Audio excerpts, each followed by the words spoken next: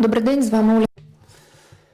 Good afternoon, my name is Ola Tamanova, and I want to thank everybody who joined us here in Ukraine Media Center Ukraine Forum. It's day 419 of the full-scale invasion of our homeland by Russian occupiers, and now we will be talking about the situation in Melitopol. Joining us online is Ivan Fedorov, the mayor of Melitopol. Good afternoon, Mr. Ivan. Good afternoon. Mr. Ivan, what's the situation for the time being in Melitopol? What do we know?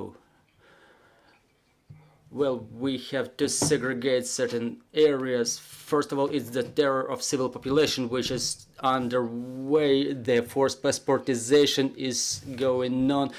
And another type of pressure exercised by the enemy is they located the departments of the immigration services, which issues the fake passports of Russian Federation, where they used to issue the humanitarian aid before one of the shopping malls was captured. Before our citizens living in temporary occupation, they were in line for humanitarian aid. They are forced to submit the application for their Russian passport. Also, to obtain the Russian passport, the standard question while crossing the checkposts, which are now numerous, maybe hundreds of them in the occupied territories now. So the question that they are asking is whether you have applied for Russian passports. So the enemy creates the conditions to make it impossible to stay in the temporarily occupied territories without Russian passport. Another factor of forced passportization for our citizens who left the temporarily occupied areas and they're coming back to check for their belongings or to visit their close ones, so they're coming back to our Ukrainian Melitopol as tourists. What it means, they enter using the migration card and they only have 90 days to stay in the temporarily occupied Melitopol region, after which they either need to obtain a Russian passport or leave the temporarily occupied territory. Also, there are screening measures intensified. The enemy started inspecting our men for tattoos. They undress our men right at the checkpost to check for the tattoos. They're looking for representatives of the resistance movement. They're looking for guerrillas in the temporarily occupied territories. And another thing I wanted to mention is the mass maraudery that is going on. We mentioned that they steal the harvest, and now it's yet another wave of pillaging the harvest in villages. There is also a trend observed on the example of Energodar. They steal the furnitures from the kindergartens, and the same situation is in Melitopol. They uninstall the air conditioners from office buildings. Is the mass maraudery of air conditioners. They remove them from all the facilities and even the furnitures. They steal the furnitures.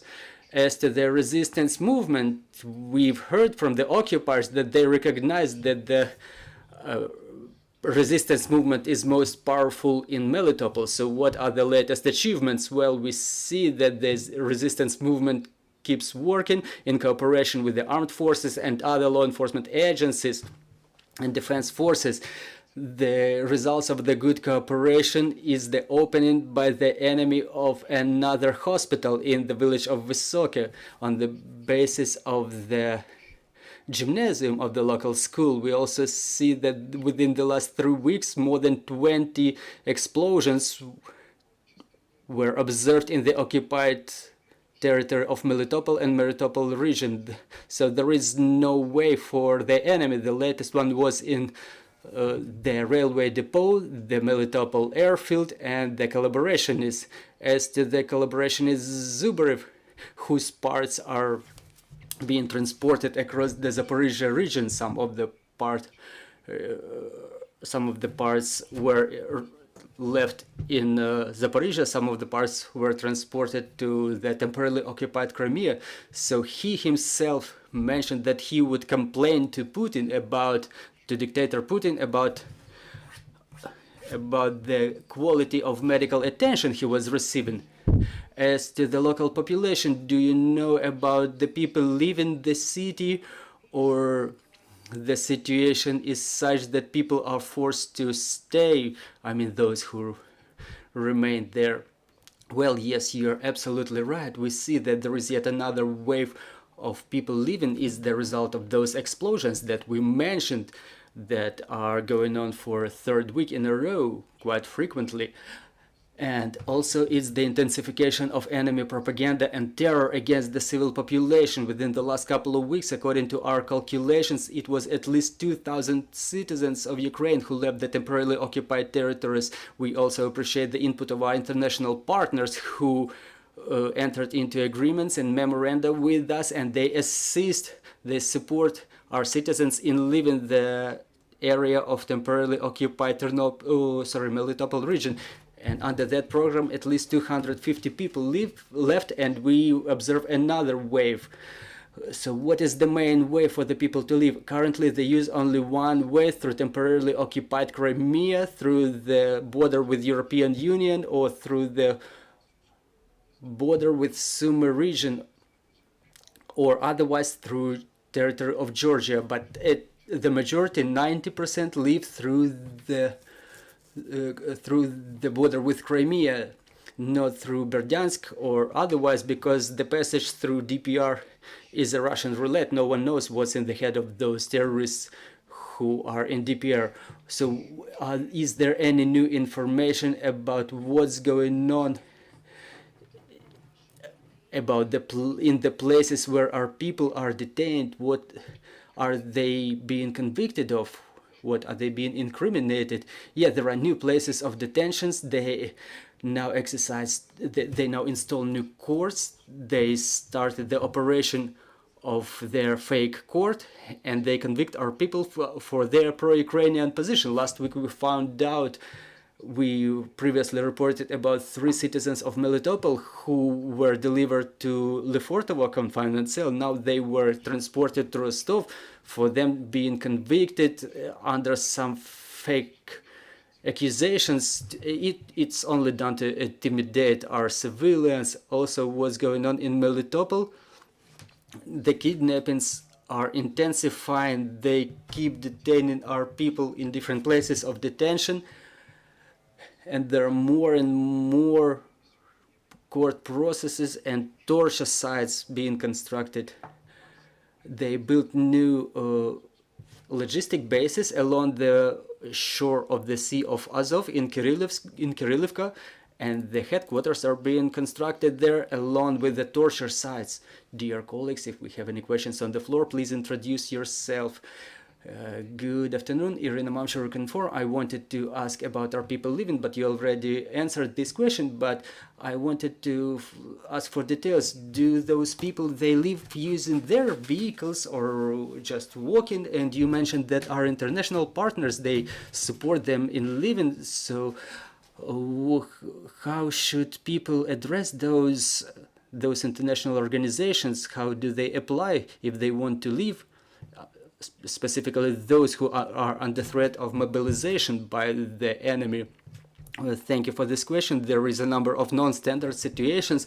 Sometimes people just don't have IDs to confirm their identity, so the only center of humanitarian aid exists in Zaporizhia. We communicate the contacts of this call center to our citizens on a regular basis. We cooperate on the basis of these headquarters with the international organizations. We hire the transportation companies, and this is how we organize their transportation. So talking about this hub in Zaporizhia, can you give us a little bit more details about that? How many denizens of Melitopol already applied to them, and what other kinds of aid they can get there apart from support in living? So we provided aid to more than 20,000 people lately, mostly denizens of Melitopol, but not only from there. It's been the third week that we organized a medical hub on the basis of our humanitarian headquarters. First, it was only humanitarian aid and financial aid that were provided, legal assistance and other activities for the children.